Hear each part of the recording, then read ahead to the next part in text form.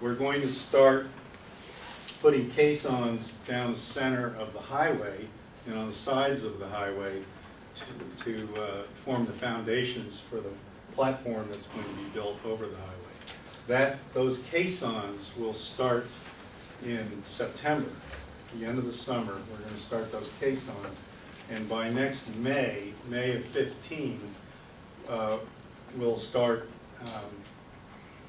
putting the columns up from the caissons and the beams across the highway that'll carry the project above. And the first block of that from Mass Avenue to G Street will be done in about September of 15. So the current plan is September of 14, we start with caissons. By September of 15, the first block of the cover of I-395 will be complete down to G Street. So that's the big idea. The other thing going on is that the ramp coming up in 2nd Street is being relocated into 2nd Street. So that work will be going on at the same time. The 3rd Street ramp will stay open, the existing ramp will stay open until, it's over here, until the new ramp in Mass Avenue is opened.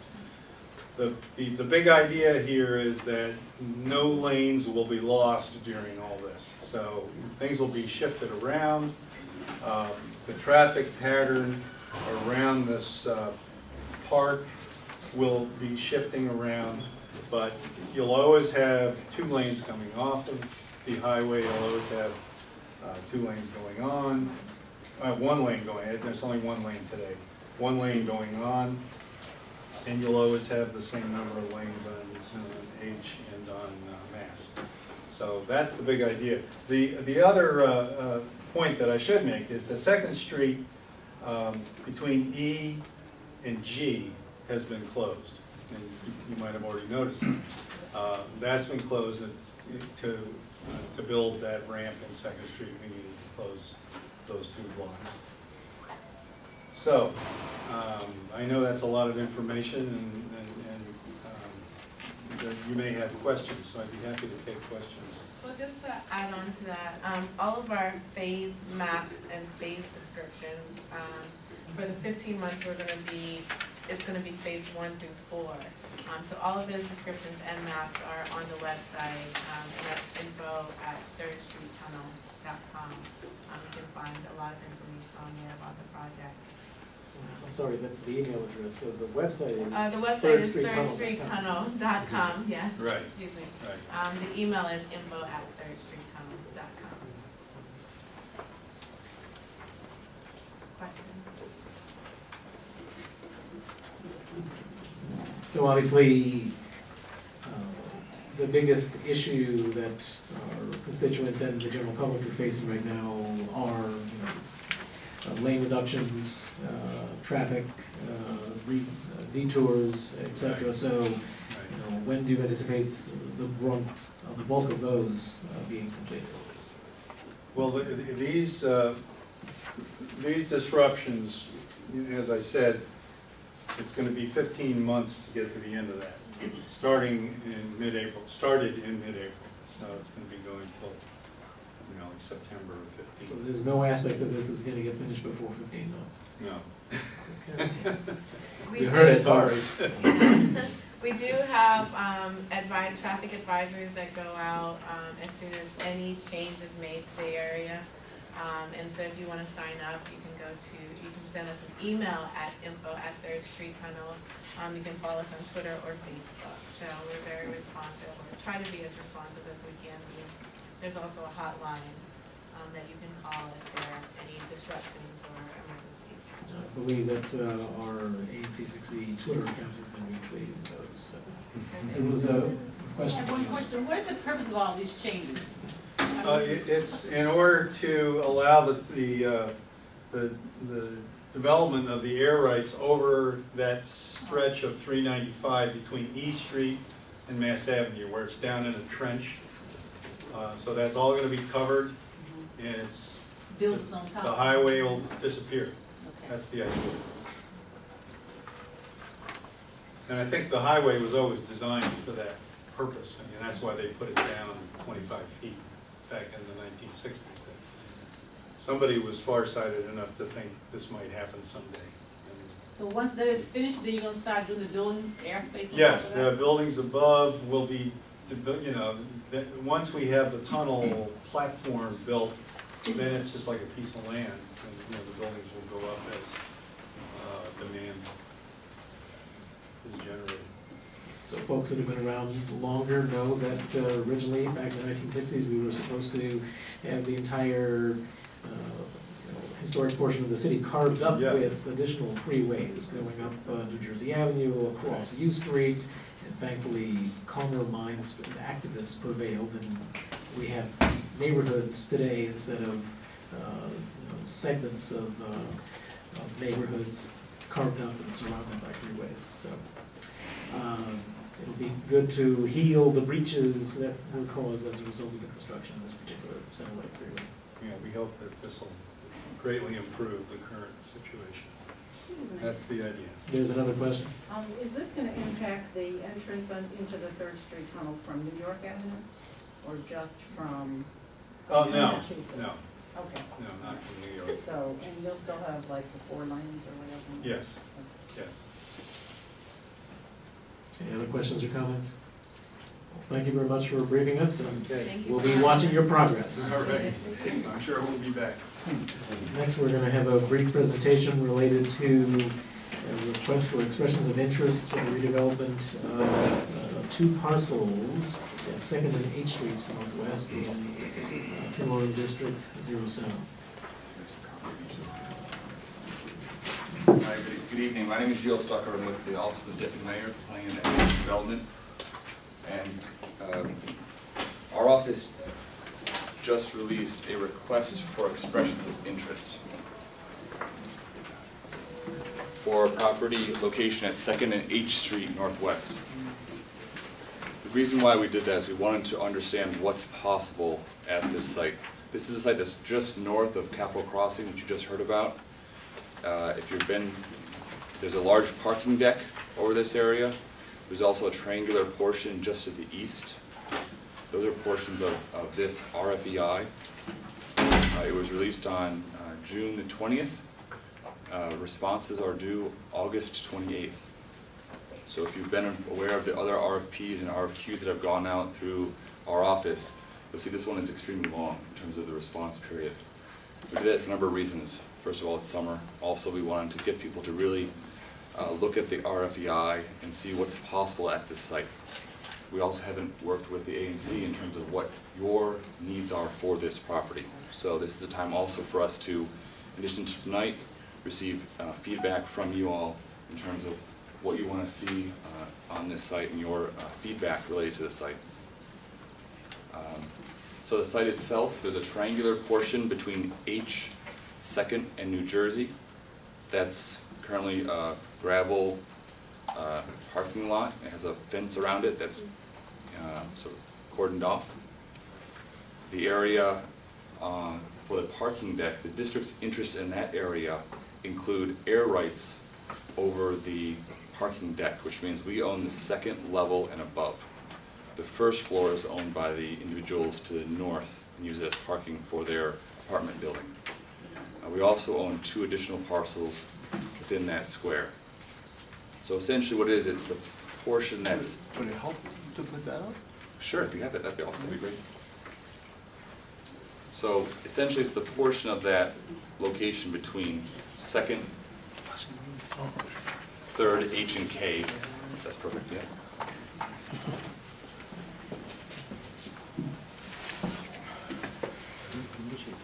Yeah, you know what? I used to be a good AV guy. Thanks, thank you.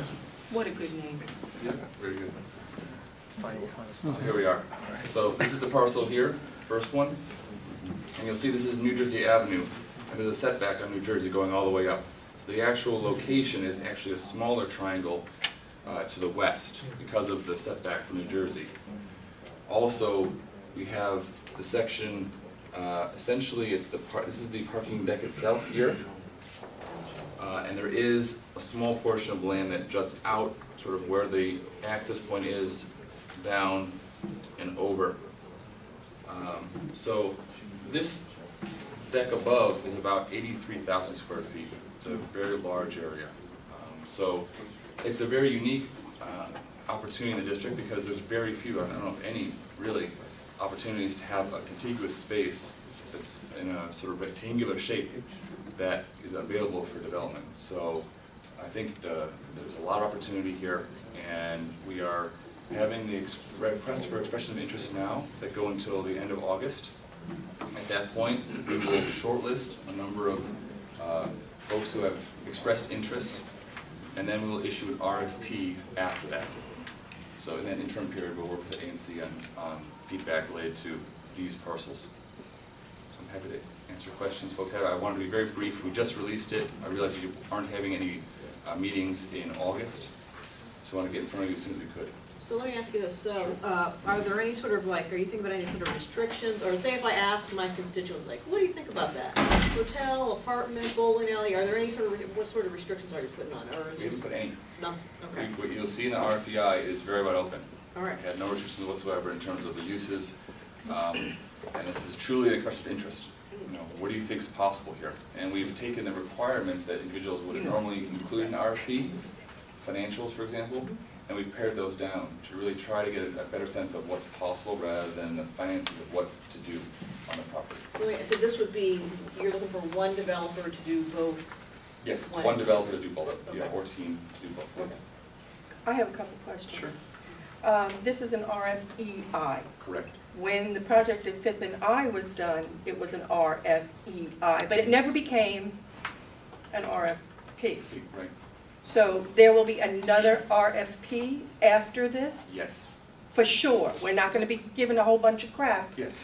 because we didn't get it the last time, and I'm, being honest with The you. RFEI, there's ways in which the district can dispose of property.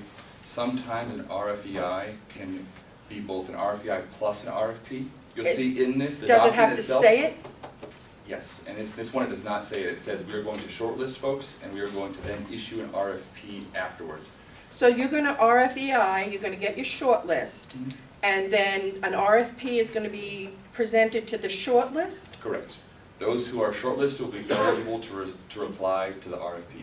Okay, why are you including a hotel since you just approved a hotel around the corner? We're not including hotel. We're saying It if someone says wants, hotel. if someone wants to propose a hotel, these are the things they need to be aware of. So it's wide open. If someone wants to propose a hotel, they can. And these are the requirements that we have in the RFEI if you want to make that proposal for a future RFP, so they're aware of it. So one of the things that I've been hearing expressions of concern about related to a nearby parcel, actually a parcel almost across the street from where we're sitting today, is the location for the Walker Jones farm, which has been proposed to be included in a land swap for the soccer stadium. So obviously, I presume that you're not working on that, but people have been asking, well, here's another piece of public property, why do we need to lose the ability to have that educational component for Walker Jones if there are other government-owned parcels that potentially could be included in this exchange? And I know it's a loaded question, but if you feel inclined to respond, please do. I do not. Just putting it out there. But thanks for the question. Any further questions from members of the commission? Any questions from the community? I'm sorry, is there any way that something other than a building could go on here? You know, that Mount Vernon Triangle has absolutely no parks, no place for children, and it is the only piece of public land left since the city gave away all the other pieces and parcels. Is there any way other than to have a building, Yeah, to have any a use. playground? Any use. There's no, right now, there's no proposal or no requirement of anything on the property. But of course, you're going to consider that which is going to bring in the most revenue versus what the community might want. In the RFEI, we have the how we are going to look at requests for expressions of interest. If you look on the page, bear with me for a moment. Page 3,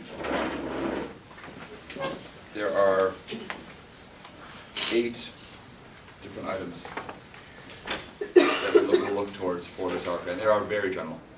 And they include, for folks who don't have it, economic viability, uses that are compatible with the leverage surrounding neighborhood development, responsiveness to community and stakeholder preferences, sustainable and energy efficient buildings, high architectural design quality, innovative landscape and streetscape design, limited phases to redevelopment, and a transit-oriented development that reflects the project's adjacency to multiple public transit options, including DDOT's preferred alternative to the streetcar.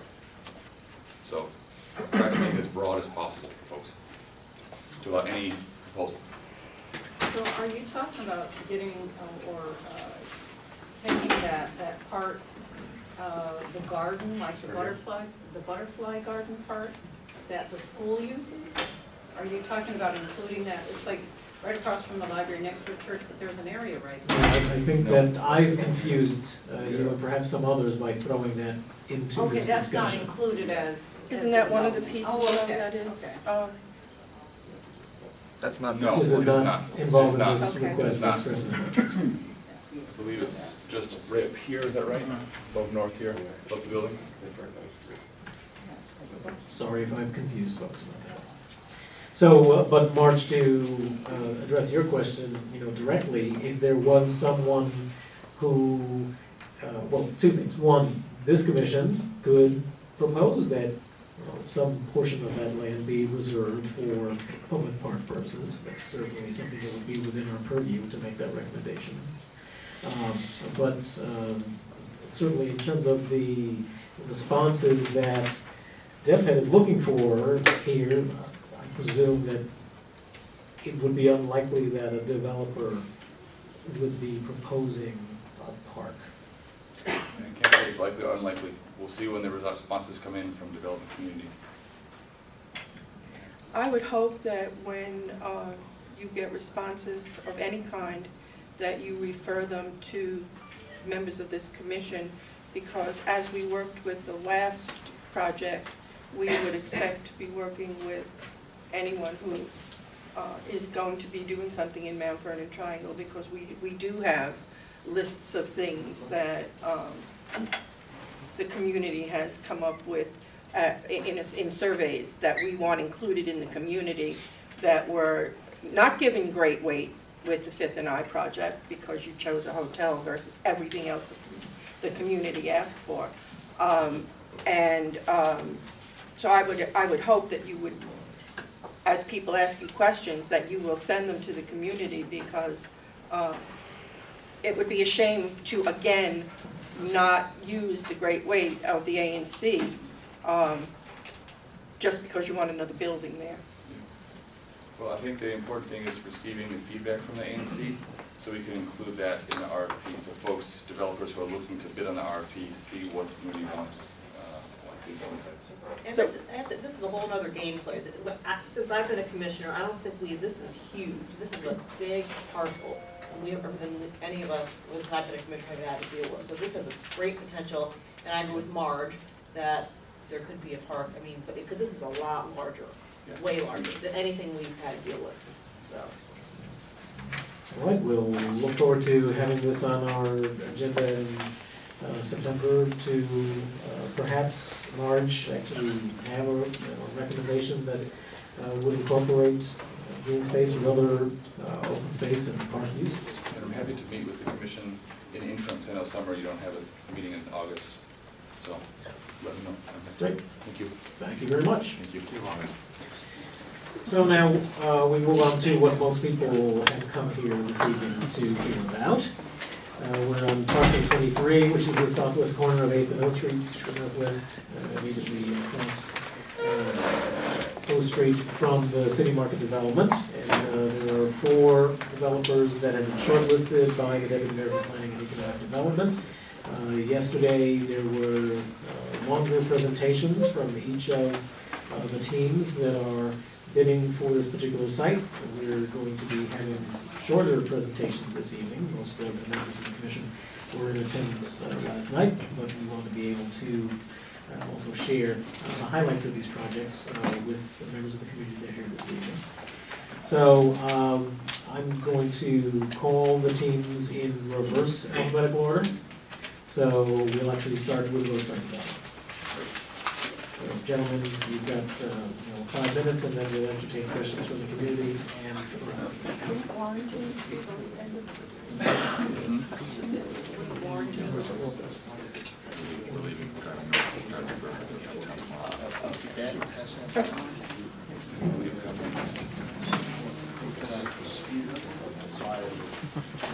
Well, I guess I got it. Sure, go, yeah, I guess. In case I unplugged premature. Oh, yeah, well, I guess you didn't. Don't make a joke. In the interest of time, while Richard's setting up the projector, I'd like to introduce our development team. My name's Armin Spike-El. I'm with Roadside Development. Roadside has teamed up with Bua Medite of Dante's Partners, who's a partner of ours on the City Market at O. I see Josh Bernstein in the audience from Bernstein Companies. Susan Linsky is on our team, the Linsky Group. Todd Weiss, my partner in Roadside, and Richard Lake, and I missed someone else. I'm sorry.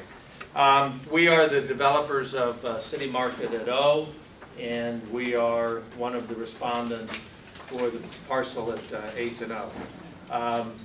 This is an image of our proposed building. And Richard, do you want to talk about the vision and how that works in the neighborhood? Sure, certainly. So one of the things we're very sensitive about is 8th Street and its relationship with O Street. And so the small area plan talks about the retail spine coming down 7th Street, using O Street as a hinge around the Giant Food where we place them in the O Street Market, and going down O Street and then turning south onto 9th Street. Because there's a number of institutional uses north on 9th Street, and there's a number of housing units that are actually to the south on 7th Street. So O Street is that sacred moment. So for us, continuing the retail energy along O Street was really important. When we designed City Market O, we made most of the residential, all the residential entrances, quite frankly, are either on 7th Street or P Street, along between 7th and 9th Street. So it was important for us to maintain that retail integrity along O Street. So therefore, 8th Street, there's a stand of existing row houses that are lovely, and 8th Street's actually across from the church, is a beautiful residential street. We want to keep that as a residential street.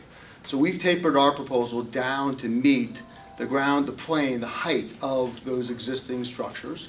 And then we've basically created 3 separate shapes that allow us to integrate elegantly around this neighborhood. So here's a great shot looking down 8th Street, framing the church. It's real important that we take into consideration existing fabric of the neighborhood. This image is a good shot of what our relationship is with the existing homes. Oh, that's not a good move. So here's the townhouses, and here's how we're tapering down. Then we have 2 different volumes of height and materiality. So it looks like it's a breaking up of small buildings. We're concerned, and look, rightly so, we built some of the bigger buildings in the market. We're concerned about any big buildings coming along. We think this should be a collection of smaller buildings. Shaw has had lots of bones and a lot of structure, and we're afraid that we don't want to become Columbia Heights or become Noma. So this is a view looking down O Street, past the rebuilt O Street Market where Giant is, and you can see. I'm sorry. Move to the side. Oh, I'm sorry. It's hard to be Vanna and Yeah. whatever the other guy's name is. Anyways, this is a view looking down O Street. Here's the historic market building, and this is what we're proposing. So you can see we have a lower level here, then we step back, and then we even step back further to a higher level. And I'll try to do this without jumping around too much. But the other thing that's important is the continuation of 8th Street. Since we've reopened 8th Street, what's really remarkable to us is how much it has been absorbed by the neighborhood. This is where people walk to and from the community. They didn't have this opportunity before. And we really took a lot of pride in creating a wonderful, strong 8th Street that felt comfortable and safe for pedestrians to walk. We line retail along 8th Street. So we have our gelato guy coming, we have Midwood coming around the corner, Starbucks, and we have another retail opportunity on O Street. So to us, it's really important that this continuation of this strength continues. And you can see the amenities that we put up on the different roof levels. The other thing is we're offering these residents to be able to opt in to the amenities of O Street. So they are not burdened with the condo fees associated with a high amenity package, but if they want to opt in, they can participate in that. We have a 500-car garage structure that's in part of City Market O. Gives us great flexibility to be able to offer as much demand as necessary, plus accommodate the church immediately for their 25 spaces at no cost to them. The other thing that's really important is the strength of the alley. It's, you know, Shaw has these strong alleys. We believe that the alley should be open to the air, and we don't believe it should be treated just as a service corridor. It really should be a strong presence, and we're looking at renovating the ground plane, continuing the architectural and the feel of 8th Street, and making it a pedestrian way with no obstructions. And you can see the different gardens. Like everyone else, we're going to be LEED Silver. Like everyone else, we're going to provide affordable housing as required by the city. And like everyone else, we are going to bring high-quality design. And I think that's my time. 5 minutes is just. It's very short. So, but we will, have questions from the commission first, and then questions from the audience that will allow you to amplify the issues that are brought up. So, Okay.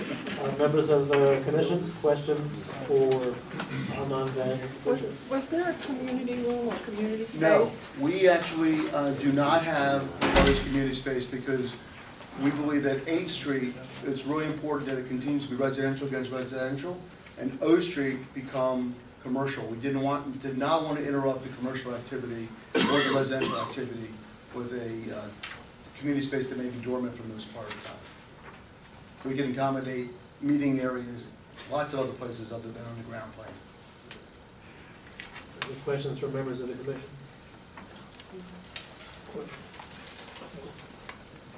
Was there a question then? No. Questions from the audience? Hearing none? Thank you very much. So next in reverse alphabetical order is Madison.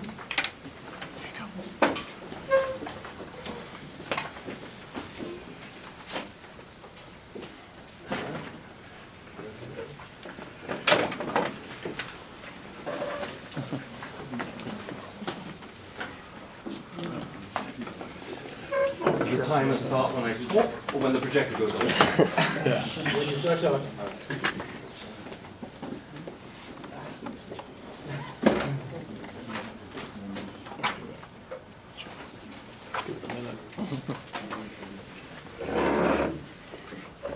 Well, good evening, ladies and gentlemen, commissioners. My name is Barry Madani. I'm principal of Madison Investments. My brother and Sia are the principals of that company. It's a family-owned business. We are brothers. We do actually get along. We actually saw that tennis table. We're thinking of having a little competition after this presentation. A little bit about our company.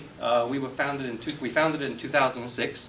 We're DC-based, and we've done about 12 more projects in the district since then. Most of those have been condominium developments.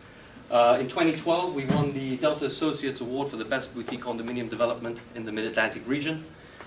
We've just recently sold out of 2 condo developments in Columbia Heights, and we're breaking ground on a 70,000 square foot mixed-use LEED certified building on 14th and U.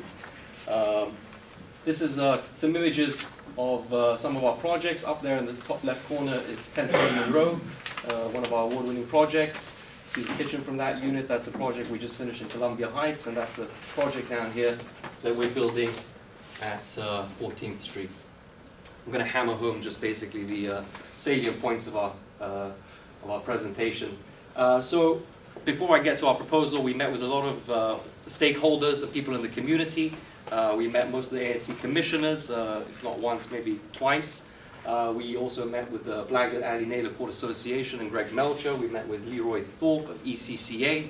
We talked to the Gibson Plaza Tenants Associations, we walked the beat, we went door to door, we collected over 175 letters of support from the community and got feedback from people.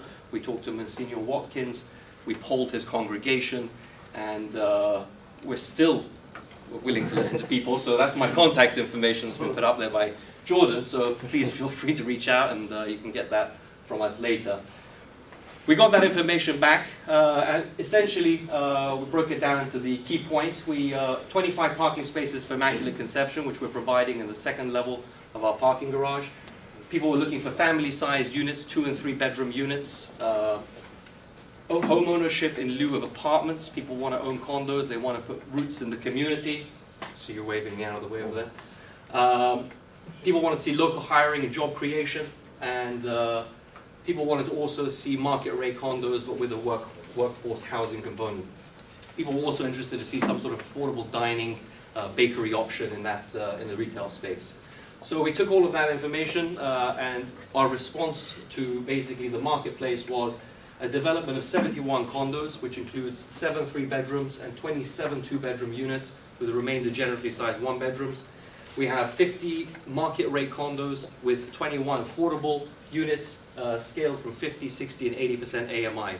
A dollar amount that translates to about the cheapest unit being about $115,000, going up to about $250,000. We have a 2-level parking garage with 59 spaces. The lower level, obviously, 25 spaces being dedicated to the church. We've also got a loading bay with access for public alley. And also the parking is accessed from the loading, from the alley as well. The retail space that we have is 8,400 square feet. We have a long-standing relationship with a close friend and also someone we've done business with in other developments, Konstantin Stavropoulos. He is the owner of Open City Tryst, the diner and the coop, which I'm sure many people are familiar with. We have a long-term exclusive agreement with him for this space, and he's basically drafted his own plans for an affordable, friendly, family diner / bakery with a walk-in coffee shop. Here is a quick floor plan that he's actually come up with, where you can see this would be the bakery coffee space for the restaurant diner. Here you have seating. We have an open brick oven fire there, and a two-level retail. That's the lobby. This is the building. Lots of streetscape. Here's some trees. The building is broken up into 2 bits. That would be the lobby. That would be the bakery.